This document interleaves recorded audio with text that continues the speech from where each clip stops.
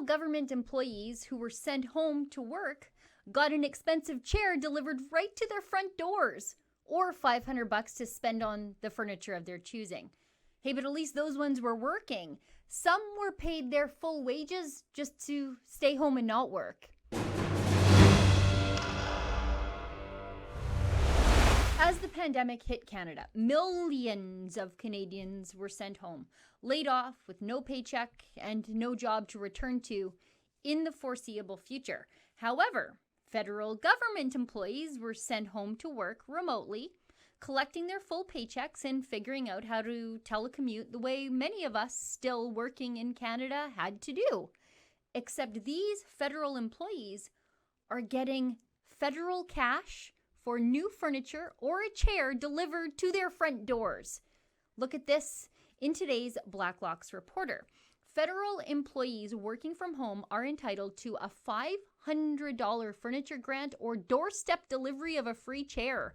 The Department of Public Works did not explain why staff could not use their own chairs.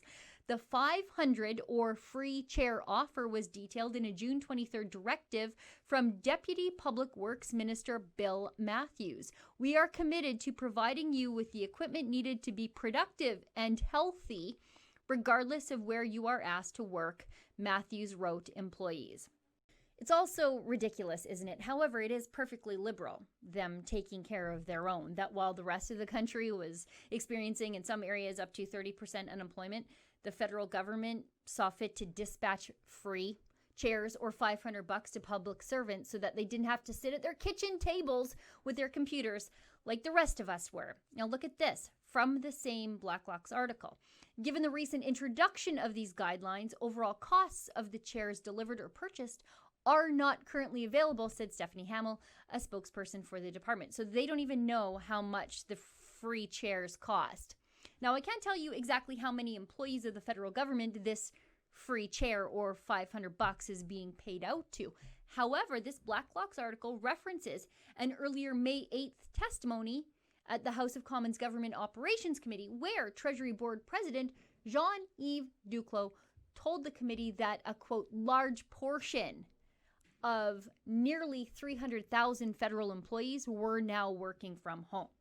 So even if the large portion is just around half, that amounts to $75 million in chairs and office supplies for federal workers to work from home because they don't want to work at their existing furniture like everybody else does.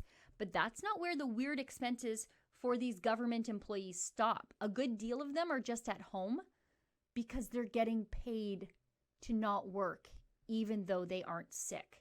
Again, this is in the same Blacklock's article. The government program follows the July 8th disclosure by the Treasury Board that tens of thousands of employees who were neither sick nor working from home were granted paid pandemic furloughs. The cost to May 31st totaled nearly $500 million. Employees in good health were granted paid leave due to family-related responsibilities related to childcare. A total of nearly 77,000 employees were granted pandemic furloughs. Now, how many of you at home right now are still unemployed because somebody in the government has deemed your job non-essential? I bet you'd love to go back to work, to do an honest day's work, and to earn your wages and provide for your family. And some of you, I guess, work for the government. For Rebel News, I'm Sheila Gunn Reid. Unlike government workers who are getting paid to stay home or getting free chairs and $500 to buy a new desk, at Rebel News, I think we have worked harder than I think anybody in the mainstream media during this pandemic. We've brought you real, independent, original journalism for, well, since always, but definitely during the pandemic. If you'd like to support the work that we are doing right now, please go to helprebelnews.com.